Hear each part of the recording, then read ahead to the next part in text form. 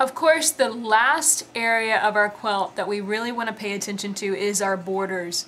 And if you don't have any pieced or applique shapes in your borders, if it's just a completely open area, there are some really amazing things that you can do with free motion quilting. One of the first things you want to do though is you want to fold your border up and find a midline. Just fold it in half and use your iron to create a crease running down the center. And this is just a creased line. It's not actually marked. It's not actually pieced into the quilt. It's just simply creased with your iron to create kind of a fold line. And this will give you a really good base for playing with many different things in free motion. So let's say you have your crease line. This is going to divide your border into two areas. So now let's create a vine through the center of that border. And up here we stitch maybe an edge-to-edge design. Like let's play with bubble wand. So we're going to take bubble wand up and then stitch some circles out along this side and along this side. And then we'll stitch the same thing over here. So we could easily take bubble wand and fill one whole half of the border with it. And then on the other side, pick another design and fill it with a completely different design. And we can do this because you've divided your border up into two equal sections with this fun curving line.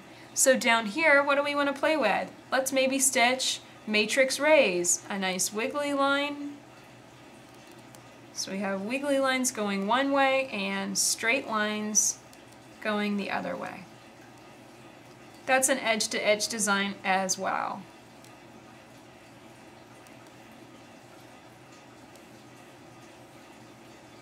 See the different textures we're already getting just playing with drawing the designs out. Even if your border has a lot of complex shapes, you can still have a lot of fun with free motion quilting. There are many different designs that can work in a border that has complex shapes. So here's our border again, and let's say we have a border of, again, hearts are always the easiest thing for me to kind of stitch around. So let's say we have this border and it has hearts all along it. Well, now of course we're going to want to pick a design like independent designs, pivoting designs, or echoing designs. Those designs that are easy to fit into a tighter complex area. So this time let's play with wandering clover. So we're going to wander around here and every once in a while break off with a little clover shape. And the cool thing is that this has a base of stippling, so of course it can go just about anywhere in your quilt so long as the leading line, the wiggly vine connecting the clovers, doesn't touch itself. And even if you do, if you accidentally, like, whoop, I touched myself, touch the line on that situation, I can just go ahead and take that in and make it into a clover. If you accidentally hit the line, it's not that big of a deal because it's very forgiving. And that one was a little demented looking, that's okay. But you can see, in that situation, I needed to have an area to travel against, so I just traveled right against the edge of that heart shape. You can travel along those edges all you want, just as long as you don't stitch into them. So there you have it. You can use complex areas of your borders even as an area to fill with awesome texture.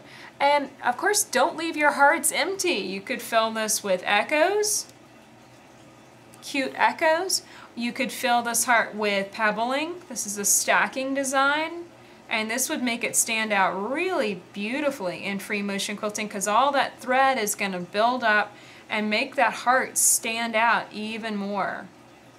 You can always look at your quilt as an opportunity, every area of your quilt as an opportunity for more texture and more design created simply with thread and free motion quilting designs.